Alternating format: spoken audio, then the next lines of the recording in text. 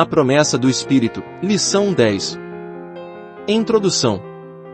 O Espírito Santo sempre esteve conosco, entretanto, após a ascensão o seu ministério se manifestaria de uma forma ainda mais profunda e abrangente. Ele viria para ficar. Ele viria para glorificar a Cristo e para dar poder espiritual aos crentes. O Pentecostes marcaria o início da dispensação da plenitude dos tempos, a era do fim, onde a manifestação dos dons espirituais seria abundante e os sinais seriam multiplicados.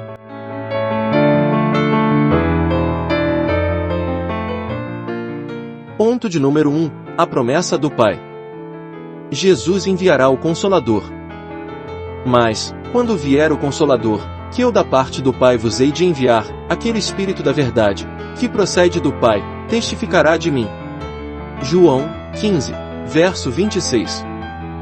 Neste texto vemos a perfeita harmonia entre o Pai, o Filho e o Espírito Santo. Sabemos que as três pessoas da divindade são distintas, porém, unidas num mesmo propósito. O Consolador. Palavra traduzida do grego parácletos. Trata-se de alguém que nos ajuda e nos encoraja. O Consolador é também o perfeito advogado que nos auxilia e nos defende nos momentos críticos da vida.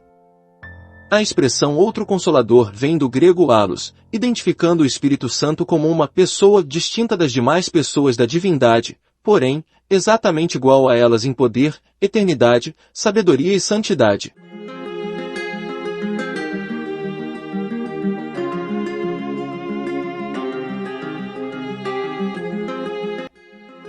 Não vos deixarei órfãos, voltarei para vós. O Espírito Santo é exatamente igual a Cristo.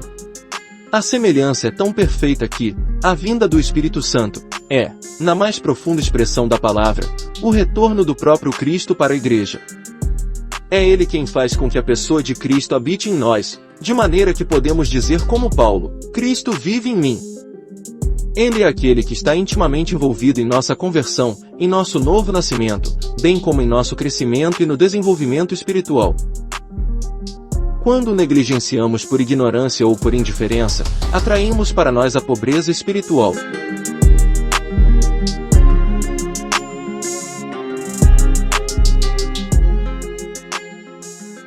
Ponto de número 2. O Espírito habita os discípulos.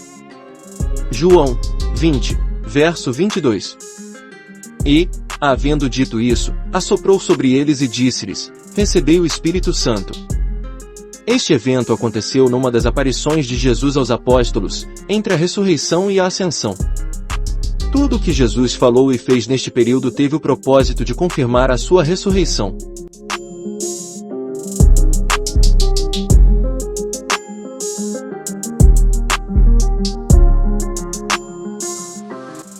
O sentido de assoprou sobre eles. Ato que pode ser interpretado como uma experiência de consolo e conforto aos discípulos que ainda se achavam abalados pelo evento da crucificação. Também pode ser visto como uma experiência espiritual preparatória para o Pentecostes. A expressão assoprou sobre eles nos faz lembrar de Gênesis 2, verso 7. Naquela ocasião, Deus infundiu o sopro da vida nas narinas do homem, e ele foi feito um ser vivente. Aqui, Jesus assoprou sobre os discípulos o Espírito Santo, numa perspectiva de renovação espiritual. Os discípulos já eram nascidos de novo e tinham seus nomes escritos nos céus. Portanto, não se tratava de regeneração.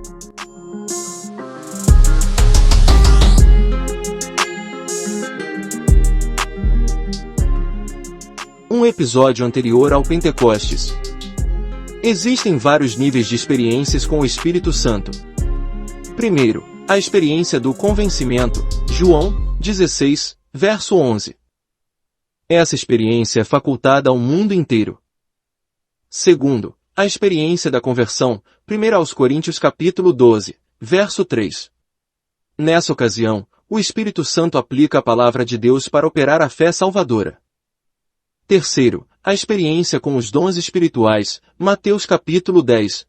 Os dons espirituais começaram a operar na vida dos apóstolos, logo após a conversão, e se tornaram mais abundantes após o batismo no Espírito Santo. Quarto, A experiência com o batismo no Espírito Santo, Atos capítulo 2, versos de 1 a 4. O dia de Pentecostes foi o evento histórico que inaugurou as atividades da Igreja, sem presença física do Senhor, dando continuidade às obras do Senhor através dos discípulos.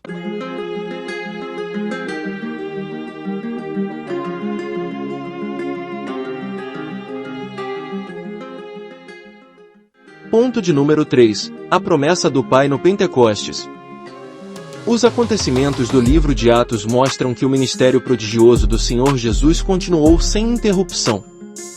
A ascensão fez com que o Cristo histórico, limitado pelo corpo da encarnação, assumisse a plenitude do poder, e se tornasse no Cristo celestial, onipresente e ilimitado em todos os sentidos.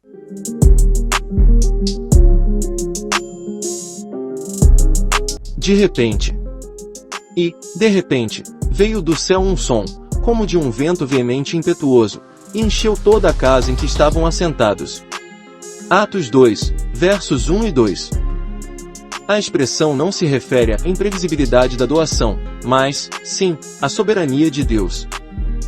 Devemos nos lembrar que o Espírito Santo foi prometido desde o Antigo Testamento.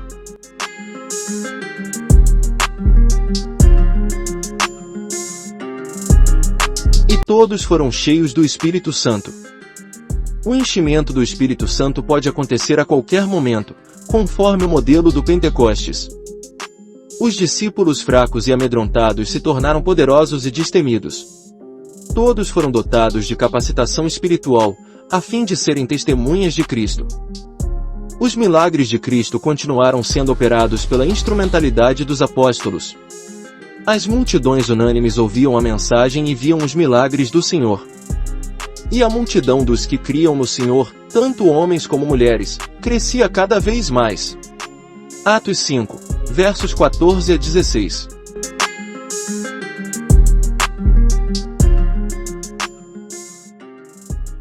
E começaram a falar em outras línguas. O sinal físico inicial do batismo no Espírito é o falar em línguas. Muitos chegam bem perto desta experiência, mas, às vezes, desistem por causa da dúvida, do medo ou da falta de ensino. Não é o Espírito Santo quem fala em línguas, é o crente. O Espírito Santo inspira e concede, mas nunca obriga. Em momento algum o Espírito Santo coloca o cristão em transe. Em alguns casos, o poder do Espírito pode debilitar o cristão fisicamente. Se escutarmos as línguas internamente, devemos falá-las com a convicção de que se trata do dom de Deus.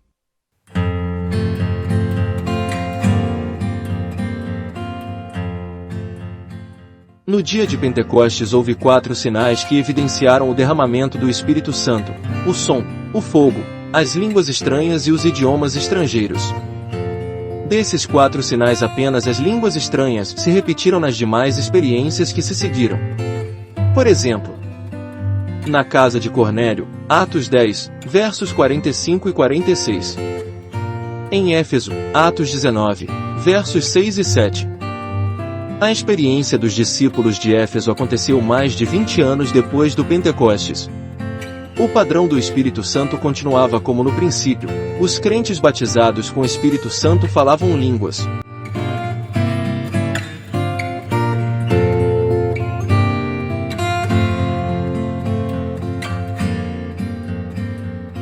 Conclusão: a Igreja precisa saber que nada substitui o Espírito Santo. Nem belos cânticos, nem belos templos, nem cultura refinada ou eloquência. Todos devem buscar a promessa para a sua edificação. Talvez alguém pergunte: como devo buscar o batismo no Espírito Santo? A promessa é para os sedentos, Isaías 44, verso 3, e João 7, verso 37. B. Devemos pedir o Espírito Santo, Lucas 11, verso 13. C. Devemos estar prontos para obedecê-lo, Atos 5, verso 32. D. Devemos recebê-lo pela fé, Gálatas 3, verso 14.